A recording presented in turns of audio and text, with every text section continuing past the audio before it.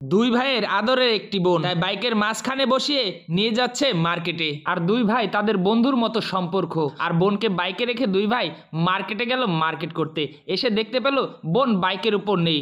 দুই ভাই পাগল হয়ে গেল, কোথায় গেল আমার বোন। দুই ভাই দুই দিকে ছুটাছুটি করতে লাগলো, দেখতে পেল কোনো দিকে তার বোন নেই।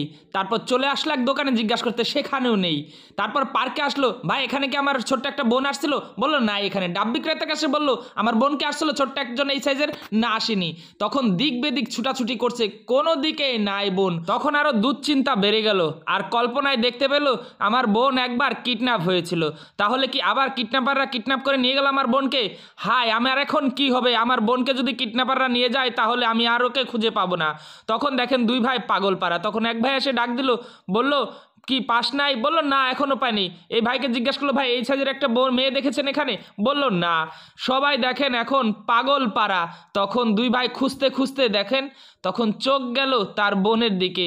সে বোন একটা খেলনার উপর বসে বসে খেলছে। আর দুই ভাই দেখেন রকেটের গতিতে ছুটে গিয়ে তখন কান্না পাগল হয়ে গেছে। তখন বোনকে পেয়ে বোনকে কোলে নিল। আর বোনকে বুঝতে দিল না যে তাকে এইভাবে পাগলের মতন হন্যে হয়ে খুঁজছে। এই ভিডিওটা যদি ভালো লাগে শেয়ার করে দিবেন।